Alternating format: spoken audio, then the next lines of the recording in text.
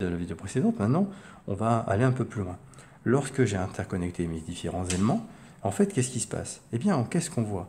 Eh bien, on voit que partant du générateur et revenant au générateur, eh bien, regardez bien ce que je fais. Ben, j'ai formé ce qu'on appelle une boucle. Vous voyez, je tourne en rond ici, donc j'ai formé une boucle. Donc, sur ce schéma, qu'est-ce que j'ai? Eh bien, j'ai une boucle. Et en plus de surcroît, je vais parler d'une boucle fermée. Pourquoi je parle d'une boucle fermée? Ben, rappelez-vous sur ma petite vidéo du début.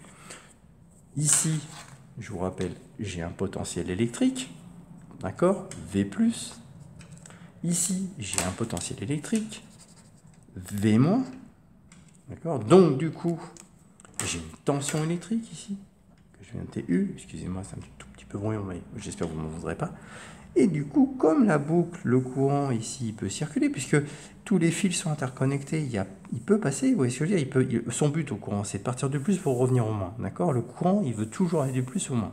Donc, qu'est-ce qui va se passer? Ben, je peux flécher mon courant, ici, qui va partir du plus au moins. Autre remarque, je vous rappelle, hein, ce courant qui est ici, rappelez-vous de ma vidéo précédente, il va passer dans cette résistance, il va sortir cette résistance, il va venir là, ensuite il va venir là, il va venir là, il va venir là, il va venir là, il va venir là, etc.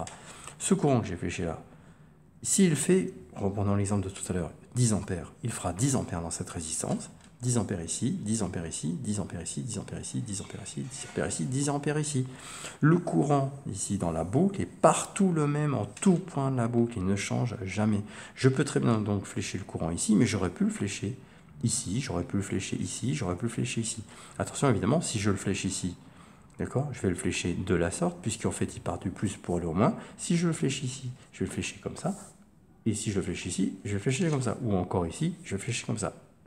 Attention, à chaque fois que je fais une flèche, je dois mettre la lettre I à côté. Mais dernière remarque, ce que j'ai dessiné là, regardez, ça surcharge énormément le schéma. Vous voyez, le I, il est partout là. C'est lourd. En fait, ce qu'il faut retenir, vous pouvez le flécher où vous voulez sur le circuit, mais vous le fléchez qu'une fois. Lorsque vous n'avez qu'une seule boucle, ça ne sert à rien de le flécher 10 fois. Vous ne faites qu'une flèche. Par exemple, on va retenir cette flèche-là, puis les autres, on va les oublier, quoi. Ça ne sert à rien. Vous voyez ce que je veux dire? C'est pas que c'est faux. Je les barre pas pour dire que c'est faux. Je les barre pour dire que c'est inutile. Ça surcharge le schéma, ça ne sert à rien. Ici, sur ce schéma, qu'est-ce qu'on voit? Donc, le courant peut circuler tranquillement. Il n'y a rien qui l'empêche de circuler. Donc, j'ai une boucle fermée. Et j'ai pas une boucle ouverte. Donc, en boucle ouverte, j'ai 0. En boucle fermée, j'en ai une.